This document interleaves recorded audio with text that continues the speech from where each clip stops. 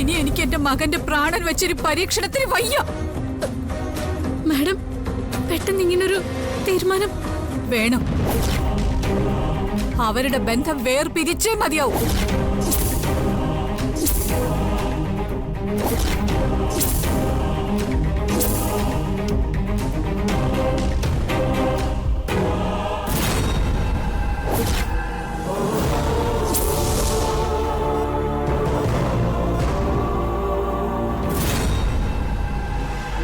ജാതകദോഷമുള്ള ഗോപിക ഇനി ഋഷിയുടെ ഭാര്യയായി തുടരാൻ പാടില്ല.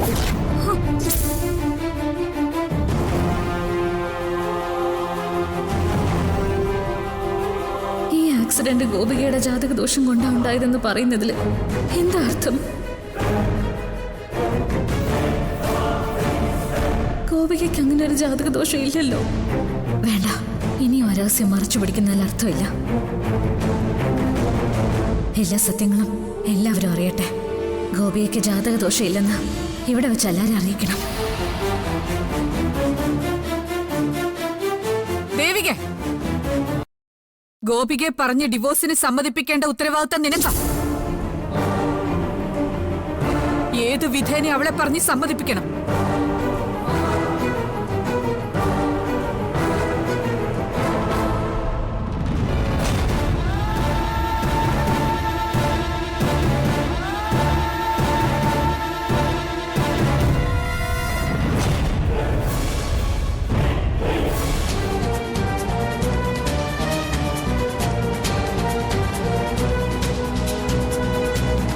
വന്നേ. എന്തിനാ? എന്താ കാര്യം? വരാനല്ലേ പറഞ്ഞേ?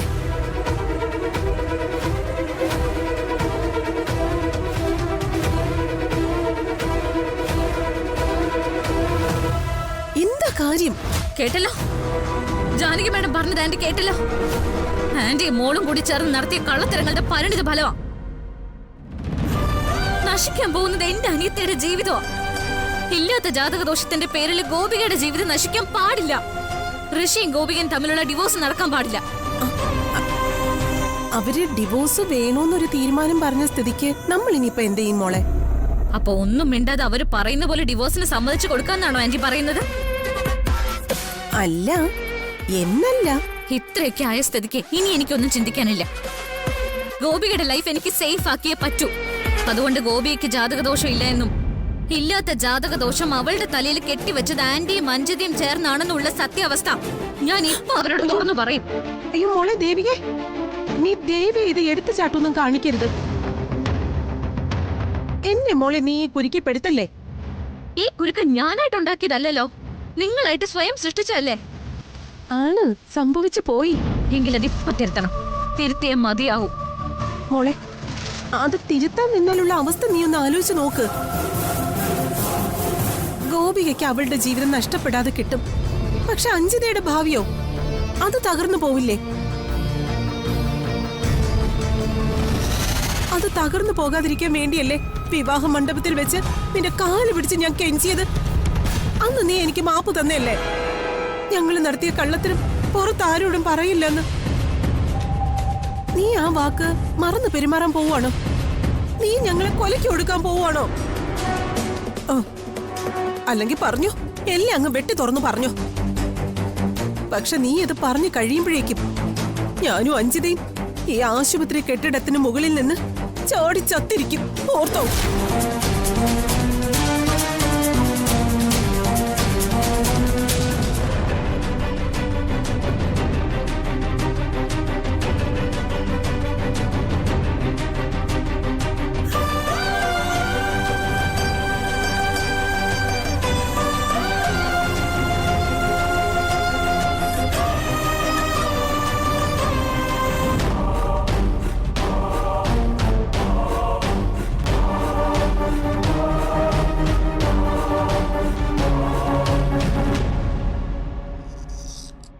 രണ്ടുപേർക്കും ഇപ്പോഴും ബോധം തെളിഞ്ഞിട്ടില്ല. ഞങ്ങൾക്കാർക്കെങ്കിലും ഒത്തേറി കാണാൻ പറ്റുമോ? നിർബന്ധമാണെങ്കിൽ ഒരാൾക്ക് പെട്ടെന്ന് കണ്ടിട്ടിറങ്ങാം. ഞാനൊന്ന് അകത്തേറി ഋഷിയെ കണ്ടോട്ടെ മോനെ.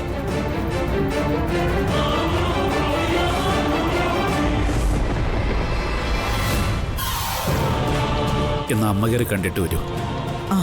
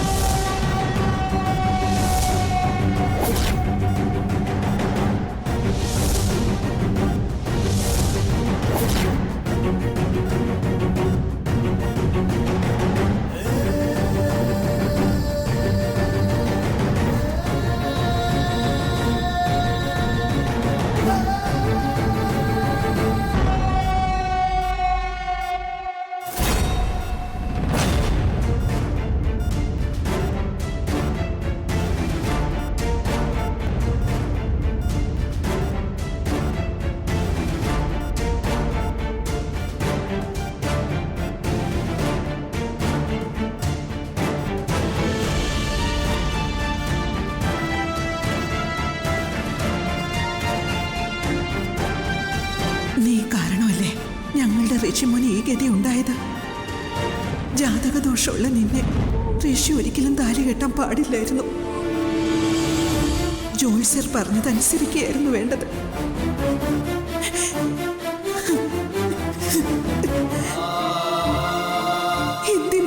എന്തിനാ കുട്ടി നീ ഇവന്റെ ജീവിതത്തിലേക്ക് കയറി വന്നത്? നിന്നെ വിവാഹം കഴിച്ച ഋഷിയുടെ ജീവൻ അപകടം സംഭവിക്കുമെന്ന് നിനക്കും അറിയായിരുന്നില്ലേ? അന്ന് നീ ജാതകദോഷത്തിന്റെ ഗൗരവൻ ഋഷിയെ പറഞ്ഞു ബോധ്യപ്പെടുത്തിയിട്ട് ഒഴിഞ്ഞു പോകാമായിരുന്നില്ലേ?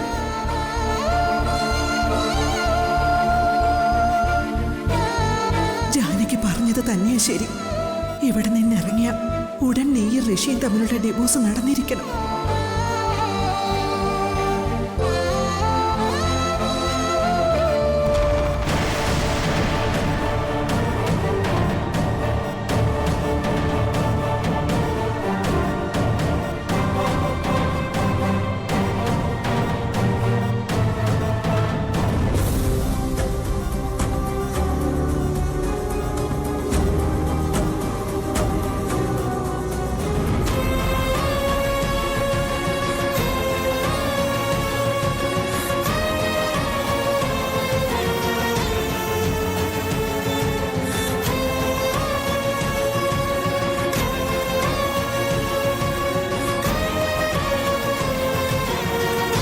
ഋഷി മോനെ, നിന്നെ ഇങ്ങനെ കാണാൻ വയ്യല്ലോ മുത്തശ്ശിക്ക്.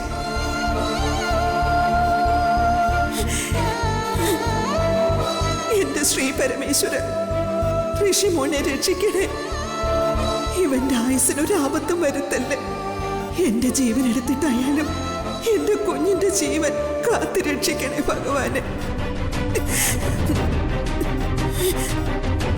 മോനെ ഭഗവാനെ.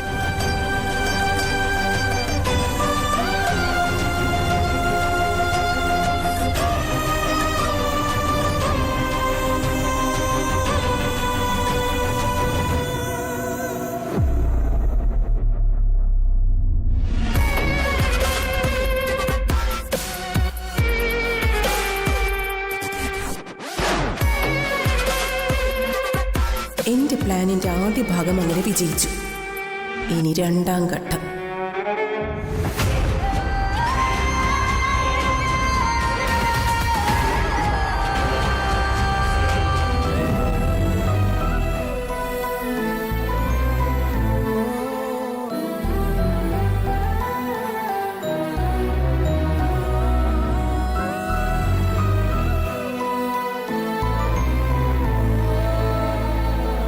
ജാനകി മേഡത്തെ എന്ത് പറഞ്ഞ് ആശ്വസിപ്പിക്കണമെന്ന് എനിക്കറിയില്ല.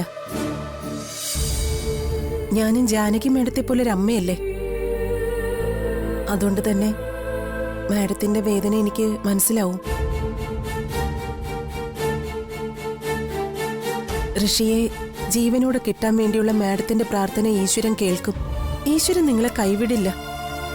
ഋഷിയെ ദൈവം കാക്കും. മാഡം ധൈര്യമായിട്ടിരിക്കെ. എന്റെ ധൈര്യമെല്ലാം ചോർന്നു പോയി സുലോചന. അവൻ കണ്ണു തുറന്ന് ബോധത്തോടെ എന്നെ അമ്മയെന്ന് വിളിക്കുന്നത് കാണാതെ എനിക്കൊരു സമാധാനവും കിട്ടില്ല. ഇപ്പൊ പാതി ജീവനറ്റ അവസ്ഥയിൽ എവിടെ നിൽക്കുന്നത്? തളർന്നു പോകരുത് മാഡം. പ്രതീക്ഷ കൈവിടാതിരിക്കേ. പ്രതീക്ഷയുണ്ട്. ഋഷിയെ ദൈവം കാത്തു രക്ഷിക്കുമെന്ന് തന്നെയാണ് ഞാൻ വിശ്വസിക്കുന്നത്. അവന് ഈ ആപത്തിൽ നിന്ന് കരകയറി വരും. പക്ഷെ എന്നാലും ഞങ്ങൾക്ക് മനസ്സമാധാനത്തോടെ കഴിയാൻ പറ്റില്ലല്ലോ. ഗോപികയുടെ കഴുത്തില് ഋഷി കെട്ടിയ താലി കിടക്കുന്നിടത്തോളം കാലം ഋഷിയുടെ ജീവന് എന്തെങ്കിലും തരത്തിലുള്ള ആപത്ത് സംഭവിക്കുമെന്ന് പേടിച്ചല്ലേ കഴിയാൻ പറ്റുള്ളൂ. ഞാനും അതിനെക്കുറിച്ച് ചിന്തിച്ചു. ഗോപികയുടെ ജാതക ദോഷത്തിന് എത്രയും പെട്ടെന്നൊരു പരിഹാരം കണ്ടെത്തണം.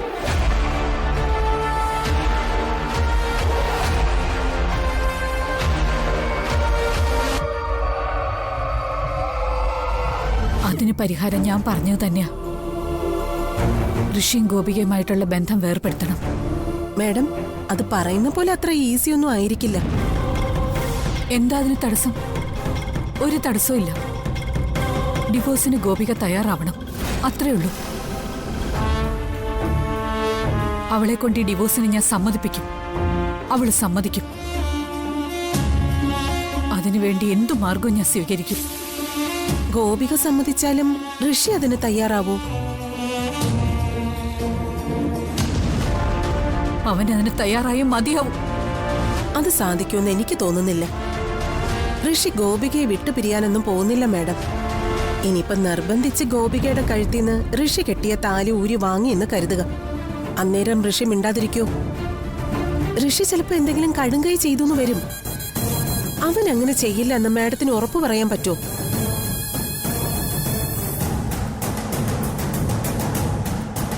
അതുകൊണ്ട് അവരെ തമ്മിൽ വേർപിരിക്കാൻ ശ്രമിക്കുന്നതിന് മുൻപ് ഗോപികയുടെ ജാതക ദോഷത്തിന് പരിഹാരം കാണുന്നതാവും ഉചിതമെന്നാ എനിക്ക് തോന്നുന്നത്. അല്ലേ? അതാണ് ശരി. അതിന് അവളുടെ ജാതകദോഷത്തിന് പരിഹാരമൊന്നും ജ്യോത്സ്യം പറഞ്ഞില്ലല്ലോ. പിന്നെങ്ങനെയാ? ഞാൻ ഈ അടുത്തേ ഒരു സിദ്ധനെ കുറിച്ച് അറിഞ്ഞായിരുന്നു. അപാരമായ ജ്യോതിഷ പാണ്ഡിത്യവും മാന്ത്രിക ശക്തിയൊക്കെ ഉള്ള ആളാത്രേ.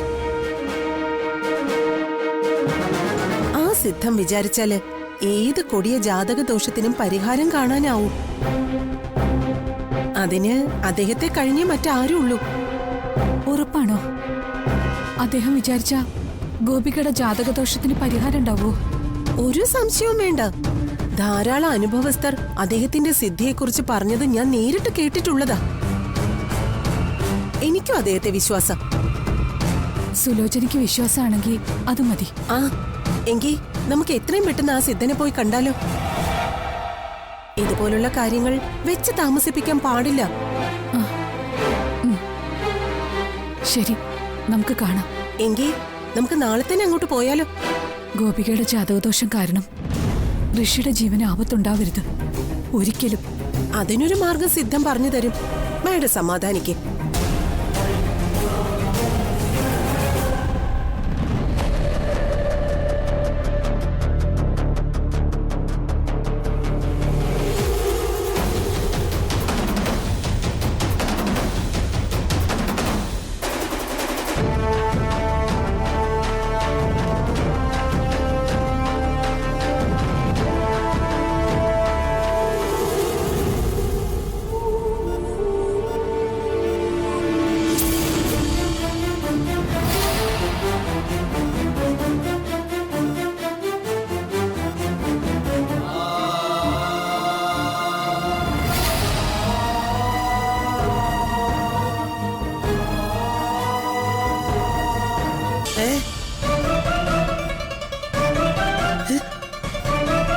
ഋഷി, ഋഷി, ഋഷി എണീക്ക്.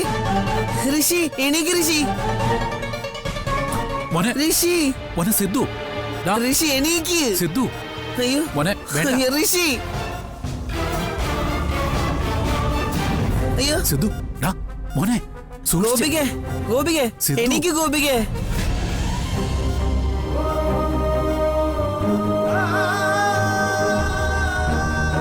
എന്ത് എണീക്കാത്തെ?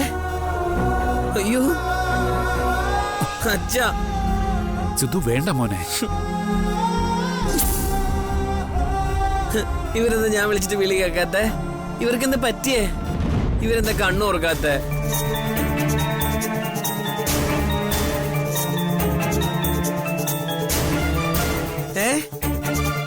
മോനെ അവർക്ക് പറയച്ച ഋഷിയും ഗോപിക്ക് എന്താ കണ്ണു തുറക്കാത്ത?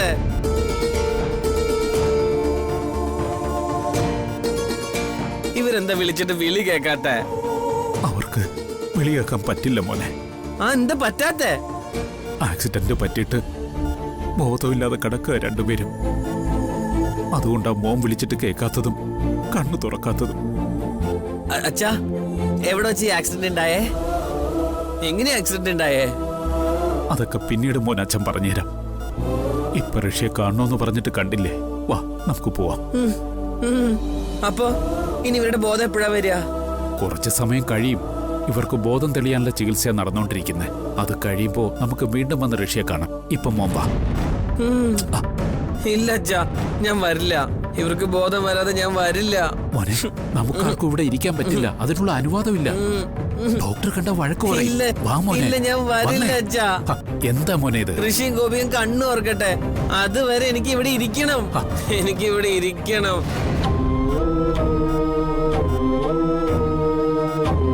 പ്ലീസ് അച്ഛാ, പറയുന്നത് കേക്ക്. സാർ പ്ലീസ്, ഇവിടെ കിടന്ന് ബഹളം ഉണ്ടാക്കരുത്.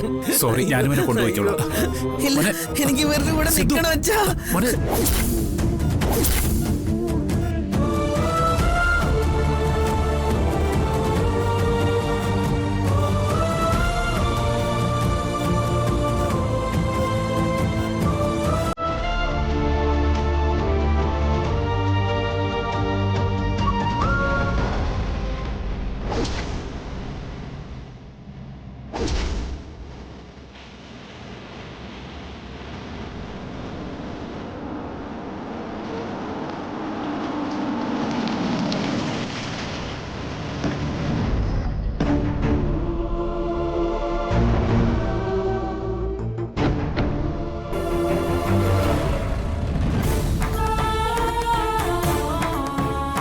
നമുക്ക് അകത്തേക്ക് പോവാം. വാ.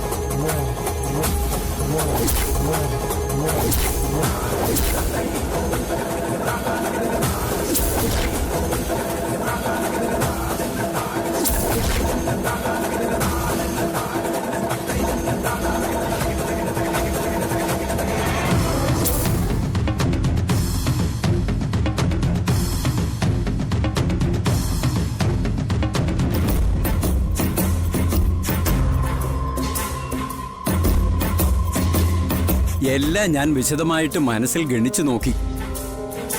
ആ കുട്ടിയുടെ ഗോപികയുടെ ജാതകദോഷം അതിശക്തം തന്നെയാണ്.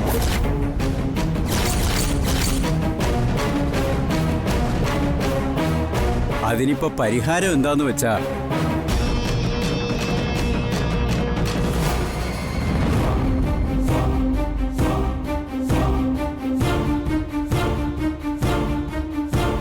ഒരു പരിഹാരമേ ഉള്ളൂ. ഗോപികയെ ഋഷി വിവാഹം കഴിച്ചിരിക്കുന്ന കുടുംബത്തിൽ നിന്ന്, അതായത് സുലോചനയുടെ കുടുംബത്തിൽ നിന്ന് തന്നെ മറ്റൊരു ബന്ധം കൂടി ആലോചിച്ച് നടത്തണം.